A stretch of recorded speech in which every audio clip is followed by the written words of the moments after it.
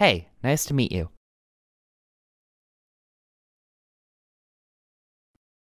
Let's talk about patience. What about the game, Duke? Was it any good? Yeah, but after 12 fucking years, it should be. The reality of working with any large-scale project is that there are many, many unforeseen setbacks. Whether it's a school project or a blockbuster film, nothing is safe from injury, disagreements, financial troubles, or creative blocks. When these issues stack up in the big media industries, projects can be shelved for months or even years. And this state of limbo, this unexpected stasis, is a dark place. It is a place of nightmares, of bloated budgets, scrapped assets, and wasted hours. Welcome to Development Hell.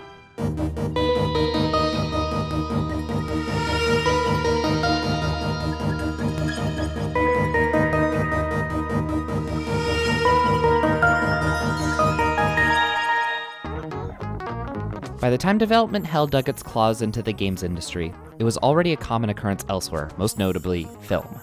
Movies based on existing properties such as Wild Wild West and Atlas Shrugged waited decades between their initial film rights purchases and any commercial release, and the reception to these projects tends to not be great. Other titles, such as Batman Unchained and Superman Lives in the 90s, not Superman Lives in the 90s, Superman Lives in whatever. These projects languished for years before being completely abandoned, replaced by entirely new products. To be clear, Development Hell isn't simply a long production cycle. Projects get announced all the time that, despite a long wait, are released about when expected. The phrase Development Hell instead has two major attributes: an elusive release date, one that is either not specified or repeatedly pushed back, and development that significantly slows or stops, often multiple times.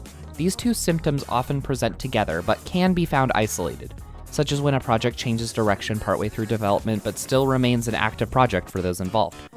The lack of forward momentum that characterizes Development Hell means that this situation is often seen as the last step before formal cancellation, something akin to life support.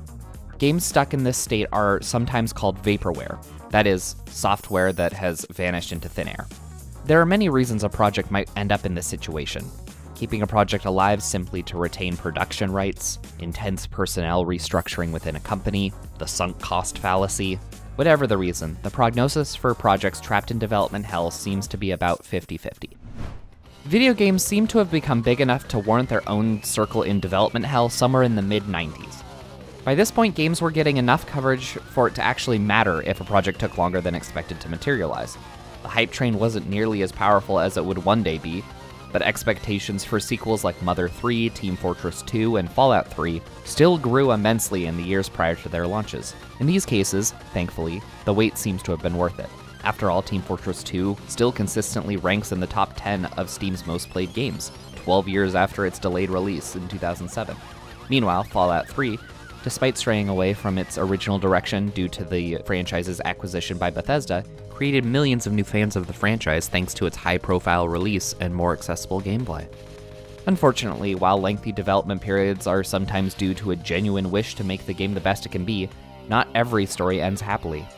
And few games can claim as lengthy a development cycle and as disappointing a final product as Duke Nukem Forever.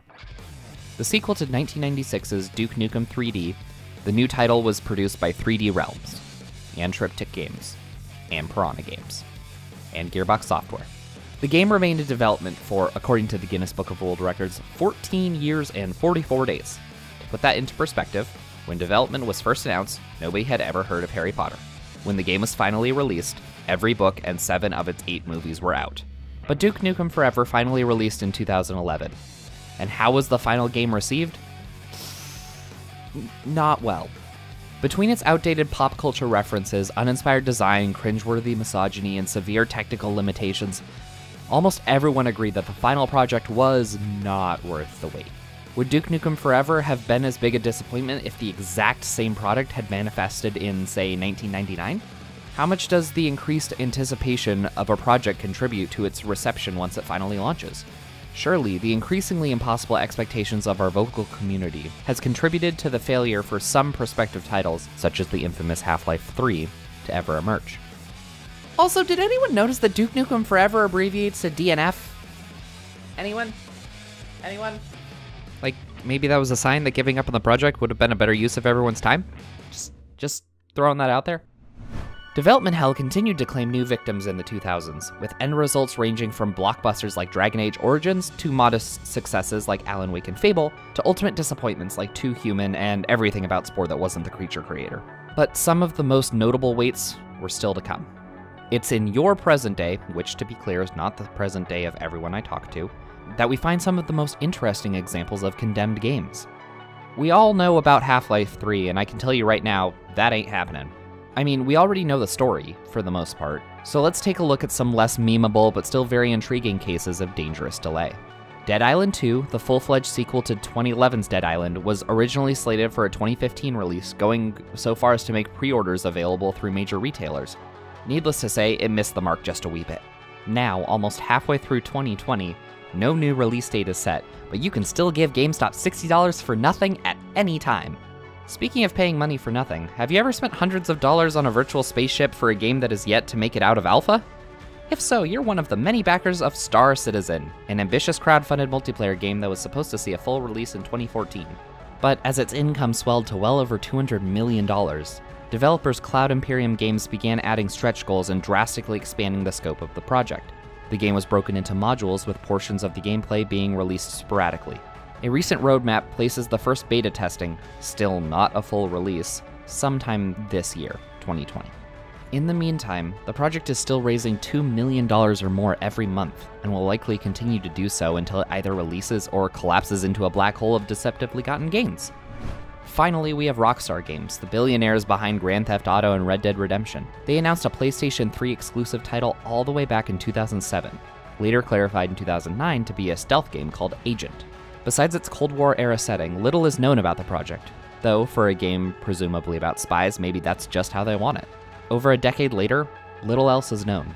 A few concept images have leaked, and reports show Take-Two Interactive, Rockstar's parent company, renewed the trademark several times, before abandoning it in late 2018. It is yet to be formally cancelled, however, and still has a page on the official Rockstar site, still claiming it to be a PlayStation 3 exclusive. Now, as a responsible temporal spatial explorer, I should leave Agent's story at that, but I gotta tell ya, you're in for a surprise in 2031 when you boot up that coveted PlayStation 3 Classic and check out its secret new game. Depending on how things play out with the games currently stuck in development hell, the future may look a lot like the present. Who knows which titles I just mentioned will continue to burn in agony, waiting for someone to revive them or put them out of their misery. But more to the point, how will the concept itself look a few years from now? Well, I think if anyone has seen an announcement event like E3, it's fairly obvious. The industry thrives on massive promises, be they dazzling graphics, unheard of mechanics, or the return of beloved characters and franchises. Unfortunately, as we've seen time and again, these promises are very hard to deliver on. That, coupled with the desire to give early release dates in order to placate an impatient customer base, leaves developers with two options for many games. Release an underperforming game on time, or delay the project and hope it inevitably becomes what it was advertised to be. Of course, the more a project is delayed, the more players will expect from the final product, creating an endless feedback loop.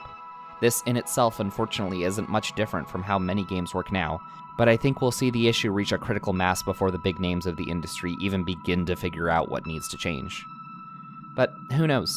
I've only seen some of the many futures. Maybe in your timeline things will work out differently, and we can close the doors to the gaming underworld for good. Either way, that's about all for today. If you want to learn more about games that development time hasn't been kind to, check out some of NerdSlayer's Death of a Game videos, like those on APB or Star Trek Online. But that's it for me. Until yesterday, take care.